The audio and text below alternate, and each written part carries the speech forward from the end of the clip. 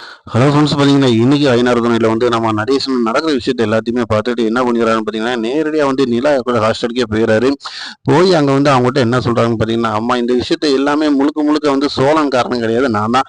ஏன்னா நான் தான் அவன வந்து கொஞ்சம் உசுப்பேத்தி விட்டேன். அதாவது இந்த மாரி நீ ப்ரொமோட் பண்ற அப்படின்னு சொன்னி அப்படின்னு சொல்லும்போது, அவங்க ரொம்ப டென்ஷன் ஆகி கோவமா திட்ட ஆரம்பிச்சுறாங்க நடேசன. அவங்க என்ன சொல்றாங்கன்னு பார்த்தீங்கன்னா, நான் வந்து உண்மையிலேயே அவர மேரேஜே பண்ணிக்கலையே.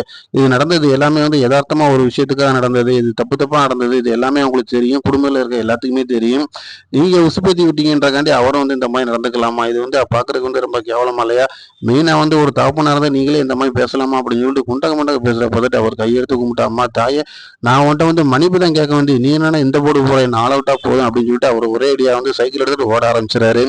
அதுக்கப்புறம் என்ன நடக்குதுன்னு பார்த்தீங்கன்னா, நம்ம வீட்ல எல்லாருமே ரொம்ப ஃபீல் பண்ணி பேசுறாங்க. மெயினா வந்து நம்ம பல்லவன பொறுத்தவரைக்கும், அவங்க அண்ணிட்ட வந்து ரொம்ப கவலைப்பட்டு பேசுறாரு. அண்ணி இல்லாம இந்த வீடு வீடாவே இல்லண்ணே ரொம்ப கஷ்டமா இருக்கு எனக்கு மனசு அப்படின்னு சொல்லும்போது, உனக்கு மட்டும் இல்லடா எனக்கும் தான். நம்ம குடும்பத்த வந்து எல்லாருமே வந்து ஒரு சாபக்கேடா தான் பாத்துக்கிட்டு இருந்தாங்க. ஆனா வந்து நிலா வந்ததுக்கு முன்னாடி அது எல்லாமே உடைச்சு நம்ம எரிஞ்சோம்.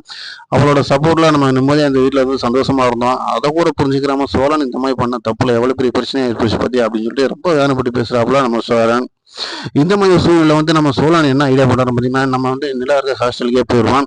அங்க போய் அவங்ககிட்ட நம்ம சாரி கேட்டு பார்ப்போம்னு சொல்லி, அதுக்கு முன்னாடி வந்து ஆஃபீஸ்ல வேலை பார்க்குற இடத்துல திரும்ப வந்து நம்ம சேரன் வந்து போறாப்ல.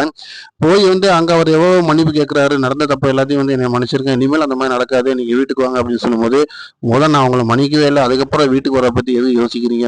இந்த இடத்த விட்டு போனா போதும் அப்படின்னு சொல்லி, அந்த இடத்துல வந்து சோழனை வந்து ரொம்ப கண்டிஷனா வந்து சத்தம் போட்டு நல்லா பேசி முடிச்சு விட்டுறாங்க. வேற வழியே இல்லாம வந்து வீட்டுக்கும் போகாம, அதாவது எங்கேயும் போகாம அந்த இடத்துலயே சுத்திட்டே இருந்து என்ன பண்றாப்புன்னு பார்த்தீங்கன்னா, நிலா ஹாஸ்டலுக்கு போனதுக்கு முன்னாடி அங்க என்ன பண்றாருன்னு பார்த்தீங்கன்னா, சாரி அப்படின்னு சொல்லி அவரு பலூன்ல வந்து பறக்க விடுறாரு. அத பார்த்து இன்னும் நிலா டென்ஷன் ஆகுறாங்க. அடுத்து அவங்க என்ன செய்ய போறாங்க அப்படிங்கிற நம்ம தொடர்ந்து பார்க்கலாம். லைக் பண்ணுங்க, ஷேர் பண்ணுங்க, சப்ஸ்கிரைப் பண்ணுங்க.